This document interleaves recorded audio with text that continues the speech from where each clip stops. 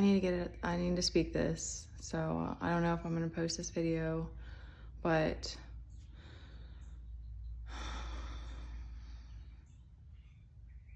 I can't expect anyone outside of me to understand what my life is like, just the same way that I haven't lived in their shoes.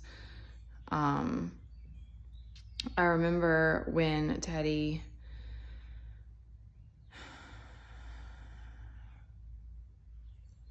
he was in preschool and he had done something and broken some glass, and he was fine, but they called me to come pick him up, and I went and picked him up, and I remember I had this big breakdown and cry about it, and I was dating this guy at the time, and I said something to him like, my life's never gonna be ordinary. Like, it was like this moment of like, I already kind of knew that, but I was like, had to like face the music, like had to face the facts. It was like, our life is never gonna be typical. I mean, already being a single parent, but it was like, he had his autism diagnosis. Like, I didn't really know at that point, he wasn't even having that many behaviors at that point, but it was like, other than very hyperactive, like ADHD behavior, he had a lot of that already, but a lot of his behaviors came out later. So, and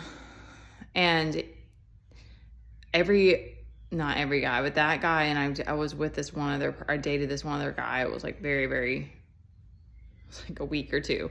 But they both they both were like, had this big, like, I want to take care of you. And like, it was just this thing. And I was like, it was beautiful, but it was like,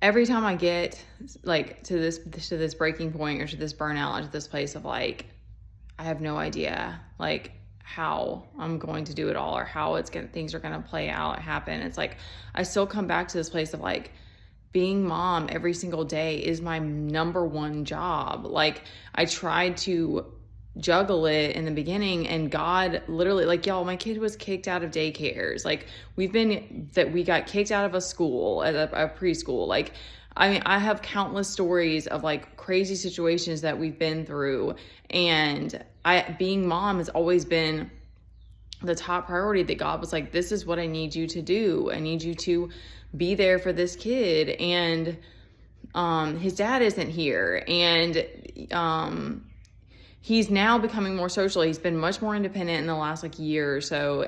But you know, at the same time, it's like, it's also been amazing and beautiful for me to be able to go and do more things together and have that. And he does need, I don't know how it's going to play out, because he does need to be his own kid, his own person. He needs, you know, especially if he wants to be social, he needs to have that in his life. And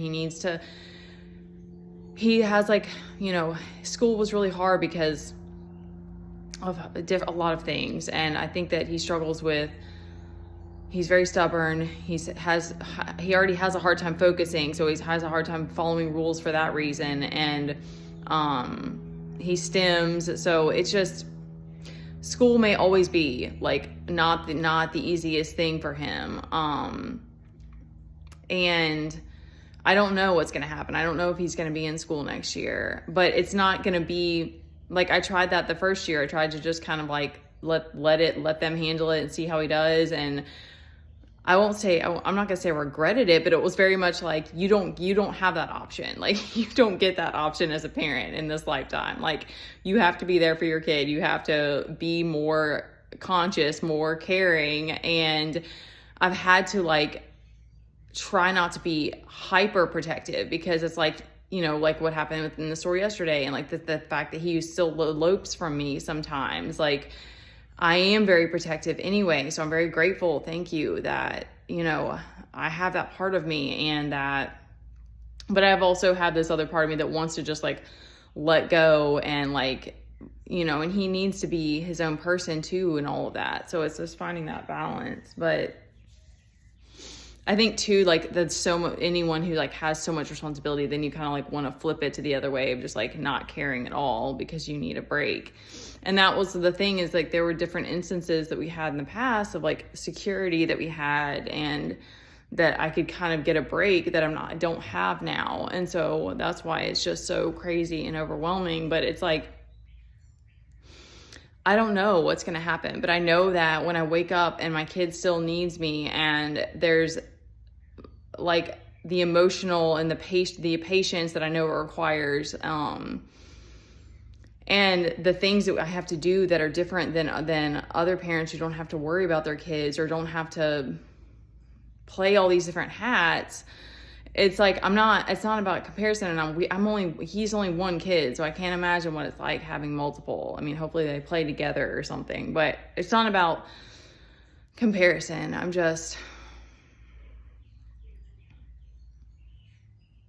guess I'm hoping that to create more awareness that single parents can find the tribe that they need, because it's not worth being pushed to overwhelm and burn out, and just to try to take it all on, just to try to do it all on your own. And I don't know why things have been the way they have for us, or whatever, but it's like, I can't currently work 40 hours a week. Like, it's not possible. It's not even and even if you were in school, like, it's not 40 hours a week, but also it's like, I know that I'm going to have to be there for him more. And I know that,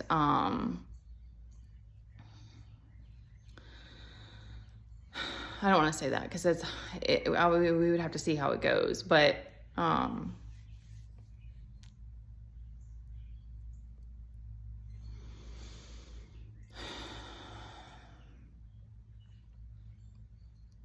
we just have to keep trusting in God, y'all, because I know that that's what's led me to the things that it has, and why I have certain priorities that come first. And I know that money isn't the answer to everything. Like, that's what always I come back around to, is it's like, money is always this thing that seems like it's gonna fix all the problems, but it's not. But yet not having enough security and not having enough breaks does wear us down. So I hope that we all can find the people that we need in our lives and the support that we need, so that we can keep going. Take care of yourself, guys, because I know we all need it, whatever you have going on. All right, love you guys.